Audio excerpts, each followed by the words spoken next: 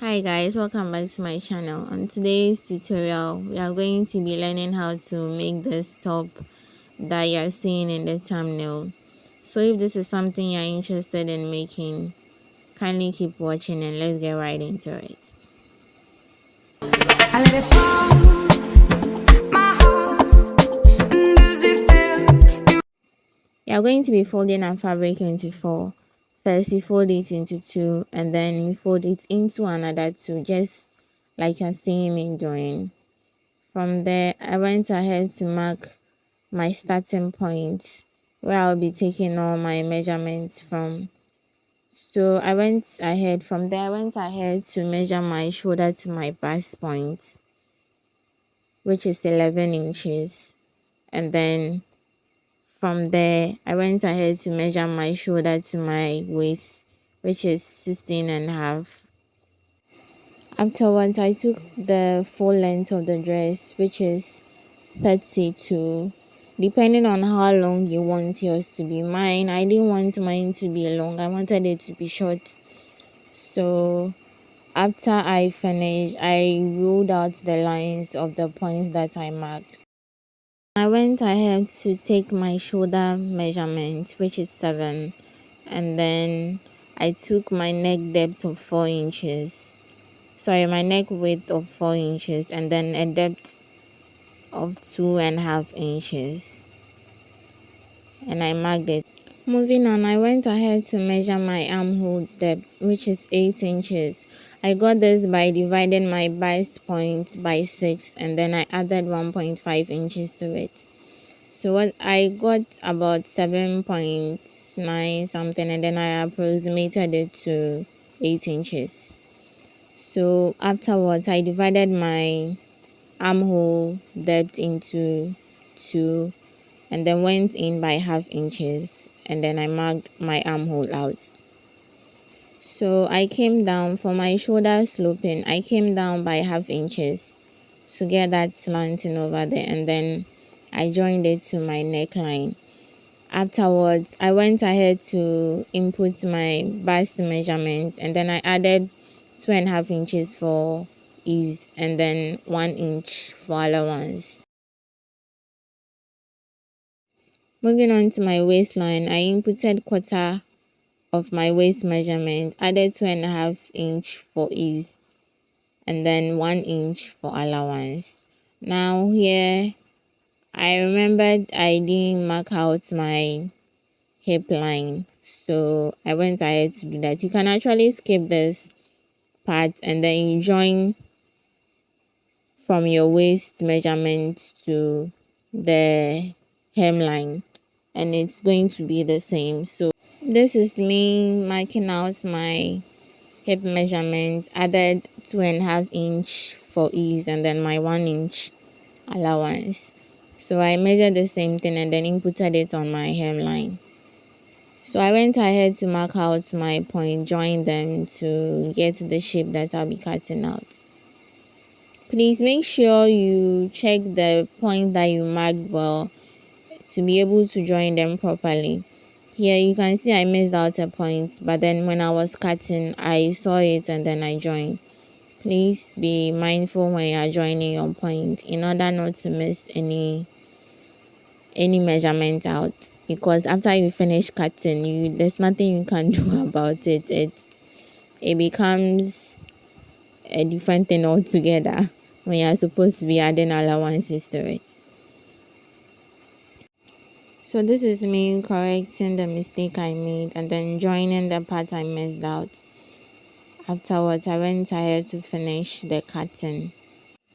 Please do well to differentiate the wrong side of your fabric from the right side.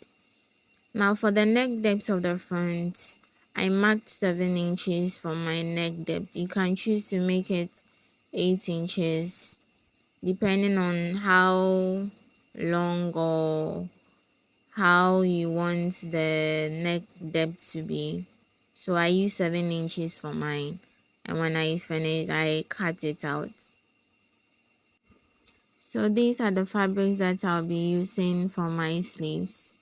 So the fabric I use for the dress will be up and then I'll continue with the other fabric. So I'll be going ahead to mark out my sleeve. So I came down by 4 inches, and from the center fold mark 8 inches. That is where we are going to be taking our cap from. So after I finished, I drew out a line and then marked my cap. So here I'm joining the other fabric to the main sleeve, sorry. And then I'll move on to my sewing machine. I'll join the two pieces together. So I measured what I had on the main sleeve, and then I marked the same thing on the other fabric and joined them together with my rule. So moving on, I went ahead to cut the pieces out. Afterwards, we are going to be joining the other fabric piece to the main sleeve, just as you see me doing here. So you put them right sides facing each other, and then you pin them together. Now for the strips that we are going to use for the ruched effect, the width is going to be 1 inch, and then for the length it's going to be 35. You can make yours longer, but I made mine 35 inches. And then I cut 4 pieces of that. So for my neck, I'll be using this black bias you're seeing over here to turn it inside out. So I went on to my sewing machine to join the pieces together. This is for the sleeve. And then for the strip, just as you see me doing, you fold the top inside and then you fold the sides inside by about a bit of an inch, and then you just sew it over just as you see me doing. So as you are moving, you fold it inside and then you sew over it. Now for the turning of the neck, you first sew the bias on the right side first of the top first, and then when you are done stitching it over from the right side, you turn it over and then you sew it from the left side, just as you see me doing over here, to close the neckline out. So after, we are going to be hemming our sleeve. So for the hemming, I use 1.5 inches. My ruler is 1.5 inches, so I just place it on it and then I rolled it out. So to make it easier for me, I just iron it out, and then when I get to the sewing machine, I fold 1/2 inch of the 1.5 inches that I folded inside, and then I sew over. Now we are going to be joining the shoulder of our top together. So you put the front and the back right sides facing each other. You make sure that they are aligned properly, and then you pin them together and you sew over them to secure the shoulder. After we join the shoulders together, we are going to be hemming the top. So I measured 1.5 inch, and we are going to be folding it over with our iron, and then we'll go to the sewing machine to stitch over it, because we need to hem the down parts before we'll be able to do our ruched effects. I'll be joining the sleeve to the top whilst I'm joining my shoulder and hemming the top as well. So the measurement for the elastic is 11.5 inches. So I'll be passing it through the casing that we made at the hem part of the sleeve. So we use our safety pin and then take the head of the safety pin and pass it through the casing. While doing that, you have to ensure that you are gradually pulling the elastic through the casing. And when you get to the ends of it, you have to secure the end with a pin to prevent the elastic from moving out of the casing. Otherwise, you have to start over. So you use the pin to hold it in place, and then you continue to the other side.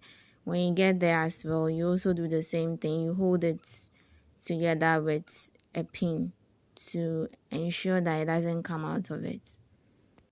After we are done passing the elastic through the casing, we are going to be notching the center, the middle part of the sleeve. So you put the sleeve together, and then you notch the center of the sleeve. So from there, you take your sleeve, you open them right sides facing each other. So you take the center of your shoulder, and then you join it with the part of the sleeve, that the center of the sleeve that we notched, and then you pin it on both sides, to the ends of both sides, just as you see me doing here.